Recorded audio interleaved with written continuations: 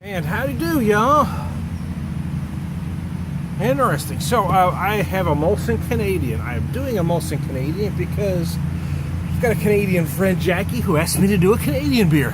And as I started looking in stores for Canadian beers, I've noticed they are not as plentiful as they used to be. There was a time way back when you could find Canadian beers easily. In fact, the first time I had Molson Golden, I thought it was one of the best beers I ever had. I'm talking about the mid-'80s, though. And now, these beers aren't looked at in the same reverence they once were because of the many craft beers that are. They do say on their bottle here and on their website, Canadian water, prairie barley, no preservatives. There's no mention of any other adjuncts. So I'm going to take a drink and I'm going to tell you a story.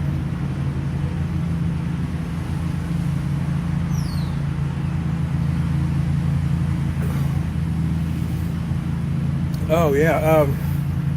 Wow. Yeah, you know what? It's not bad. I mean, it doesn't have a ton of flavor. The style isn't supposed to. But it does finish rather clean. It is very pleasant. I've got a rather muggy day here in the Ozarks, so it kind of hits the spot.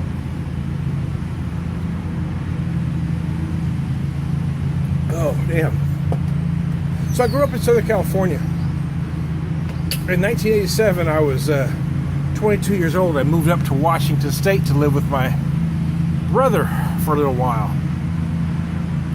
I'd never heard of Molson Canadian. I had the Molson Golden, which, at the time, it was one of my favorite beers. I just loved it. But I hadn't had the Canadian before. But where they lived in Bellingham, Washington, was about 45 minutes out of Vancouver, BC. A lot of the Canadians would come down on the weekends to do some shopping, and all the bars would put this Molson Canadian on sale. Every bar would have it for about $1 a bottle. There'd be other specials too, so I would go to the bars on the weekends and drink Molson Canadian because it was only $1. So I didn't say it was a good story, but it's a story. Happens to be a true story, but that was my first experience with the Molson Canadian.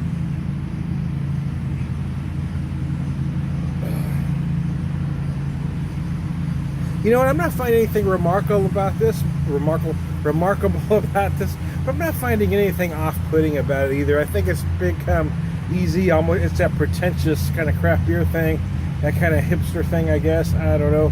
To just disrespect beers like this for no other reason than they're not in a craft beer. There's nothing wrong with it. If you want a beer with more flavor, that's fine. Just say that. But there's no reason to disrespect a beer like this. I think it's decent enough. Especially, I paid $6.50 for this. A 6-pack at Sam's. I think it is certainly a great. Holy crap, that's a big bug. It's certainly a great. Oh, bitch! I'm out on the patio. That was a big mother hump.